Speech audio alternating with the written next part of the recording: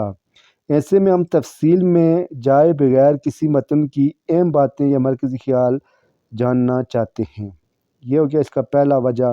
پھر دوسری وجہ یہ ہے کہ کتاب، رسالے یا مضمون کی تیزی کے ساتھ ورق کرتے ہوئے کم از کم ہم جان سکیں کہ کتاب یا تحریر قابل مطالعہ ہے یا نہیں.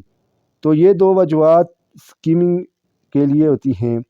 اور اب اسکیمنگ کا جو طریقہ کار ہے وہ کچھ اس طریقے سے ہوتا ہے کہ ہم جانتے ہیں کہ یہ تحریر یا مضمون کے بہت سے پیراگراف ہوتے ہیں. ہر پیراگراف کی ایک نقطہ یا مرکزی خیال کی وضاحت کرتا ہے. یہاں یہ بات جاننا بھی ضروری ہے کہ پیراگراف کا پہلا جملہ عموماً پوری تحریر کا نچوڑ ہوتا ہے. اس فقرے کو پڑھ کر ہم ایک اچھا ریڈر ہوتا ہے یہ سمجھ جاتا ہے کہ آگے چل کر کیا بات کی جائے گی. کسی متن یا تحریر پر نہایت طائرانہ اور تیز رفتار پڑھنے کی تکنیک ہے. اس سے ہمارے مطالعہ میں زیادہ تیزی آتی ہے اور وہ آسان ہو جاتا ہے. اب جتنی بھی ہم نے اس میں اردو میں تعریف کی ہے اس کا مختصر جو مرکزی خیال اس طرح سے ہے کہ اسکیمنگ ایک ایسا طریقہ کار ہے جس کی وجہ سے ہم کسی بھی کتاب کسی بھی تحریر، کسی بھی رسالے کو ایک نظر ڈال کر اس کے ایم پوائنٹ یا اس کا جو پہلا جملہ ہوتا ہے اس کو پڑھ کر ہم یہ سمجھ جاتے ہیں کہ اس کتاب کا متن کیا ہے یا اس پوری تحریر کا نچوڑ کیا ہے۔ اگر وہ ہمارے لیے اٹریکٹیو ہے، کیونکہ ایک اچھا ریڈر جو ہوتا ہے وہ اچھی اور اٹریکٹیو چیز کو پڑھنا پسند کرتا ہے۔ اگر وہ ہمارے لیے اٹریکٹیو ہے یا ہمیں اس سے فائدہ پہنچے گا تو ہم اس کتاب کا پھر ڈیپلی اسٹڈی کرتے ہیں یا گہرائی میں جا کر مطالعہ کرتے ہیں۔ اگر وہ ہمارے لیے فائدہ مند نہیں ہے تو ہم اس پر اتنا ٹائم ضائع نہیں کرنا چاہتے ہوتے، لہٰذا ہم اسکیمنگ کے ذریعے یہ جانتے ہیں کہ اس کا مطلب یہ ہے۔ اب یہ اسکیمنگ کی اس تعریف کے بعد یہ دیکھ لیجئے ہاؤ ٹو اسکیم، ہم کیسے اسکیم کر سکتے ہیں۔ یہ آپ کو امتحان میں پوچھا جا سکتا ہے۔ ریڈ دا ٹائٹل، اس کا عنوان پڑھ کے ریڈ دا انٹروڈکشن اور the first paragraph, read the first sentence of every other paragraph, read and any heading and sub heading, notice any picture, chart and graphs, read the summary at اور last paragraph. یہ کچھ چیزیں ہیں جن کو پڑھ کر ہمارے لیے اسکیمنگ بہت ہی آسان ہو جاتی ہے۔ اب اس کا جو تیسرا سیکشن ہے ہم اس کی طرف چلتے ہیں۔ 2 کے بعد ہمارا جو تیسرا سیکشن ہے وہ کچھ اس طرح سے ہے، وہ ہے جی رن آن سینٹینس۔ اب رن آن سینٹینس کیا ہوتا ہے؟ سب سے پہلے ہم دیکھتے ہیں رن آن سینٹینس سے مراد یہ ہے کہ کون سے جملے ہیں جن کو ہم رن آن سینٹینس کہتے ہیں۔ رن آن سینٹینس وہ جملے ہوتے ہیں یا وہ پیراگراف ہوتا ہے جن میں بہت زیادہ آئیڈیا ہوتے ہیں۔ مثلا ایک لمبا جو آگے میں آپ کو دوں گا بھی پیرا، اس کو آپ دیکھ لیں گے۔ مثلا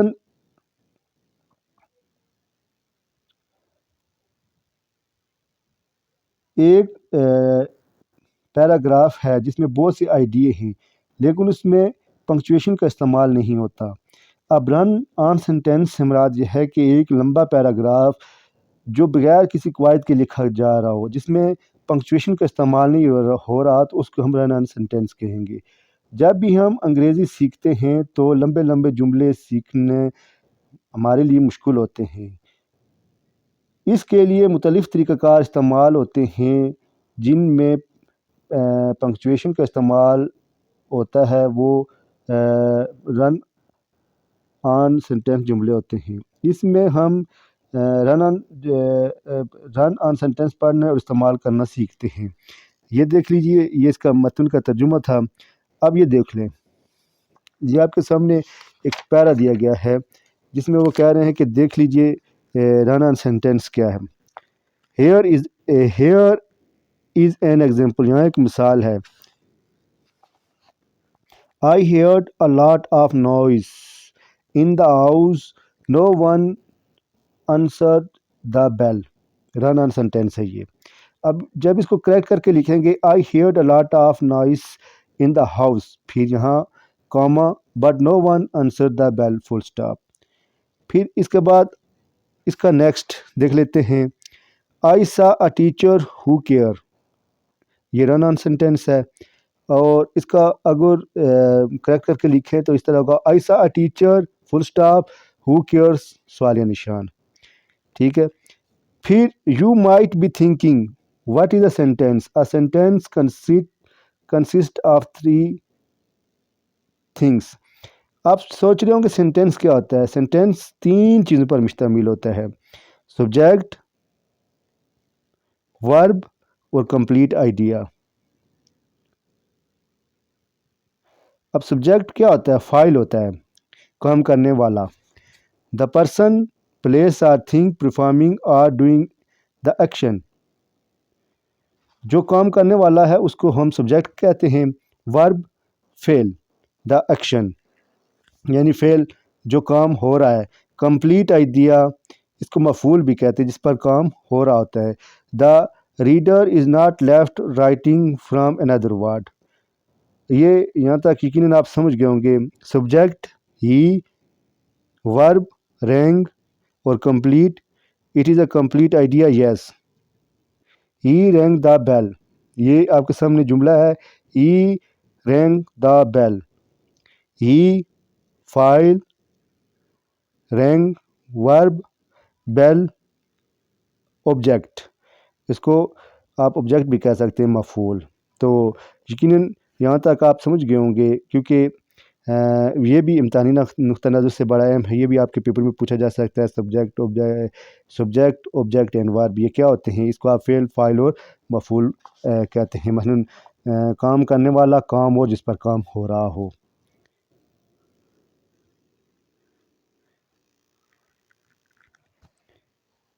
شی ٹیکس, یہ ایک اور جملہ ہے. شی ٹیکس, اس میں سبجیکٹ ہے شی یعنی فائل, verb takes. It is a complete idea. No, یہ پورا کمپلیٹ آئیڈیا نہیں ہے. شی ٹیکس آگے اس کا مفعول ہی نہیں ہے جس پر وہ کام کر رہی ہے. شی ٹیکس مثلا شی ٹیکس ٹی کہہ سکتے ہیں آپ.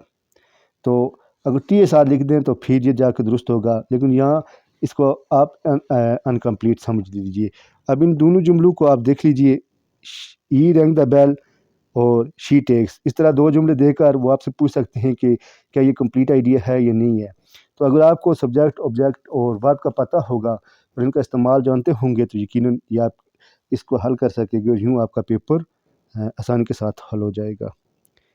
پھر نیچے ہے جی, Sadia takes the van to school. Saad ride the bus. Subject Sadia and Saad, اس میں فاعل ہیں یعنی کام کرنے والے. Verb takes and ride. It is complete idea. There are two complete idea. یہ کتنے, ایک نہیں بلکہ دو کمپلیٹ آئیڈیا. یہ دو کمپلیٹ سینٹینس ہیں یا جملے آپ ان کو کہہ سکتے ہیں, جن کے مفعول جن پر کام ہو رہا ہے وہ ہمیں معلوم ہیں. یہ ہوتا ہے رن آن سینٹینس. رن آن سینٹینس کی جو آسان مثال اس طرح سے ہے کہ جب آپ انگلش سیکھتے ہیں تو لمبے لمبے جملے آپ نہیں لکھ سکتے, اور نہ آپ کو پنکچویشن کا پتہ ہوتا ہے, یعنی جو اس میں فل سٹاپ کاما وغیرہ ہوتے ہیں یا سوالی نشان ہوتا ہے ان کا آپ نہیں پتہ ہوتا, تو آپ ان چیز کی پابندی کے بغیر لکھ سکتے ہیں. تو اس کو کہتے ہیں رن آن سینٹینس. تو ڈیئر اسٹوڈنٹس, یہ تھا آج کا ہمارا لیسن جو اختتام پذیر ہوا. امید کرتا ہوں کہ یہ آپ کو پسند آیا ہوگا اور آپ اس کو شروع سے آخر تک دیکھا ہوگا اور اس سے آپ فائدہ اٹھائیں گے. اگر آپ کو میرا یہ پروگرام لیسن اچھا لگا ہے تو میرے چینل کو سبسکرائب کیجئے, اسے شیئر کیجئے اپنے فرینڈ اینڈ فیملی کے ساتھ, اور بیل آئیکن کے بٹن کو ضرور پریس کیجئے تاکہ میری آنے والی ہر ویڈیو سب سے پہلے آپ تک پہنچے. ما توفیقی الا باللہ. السلام علیکم. خدا حافظ.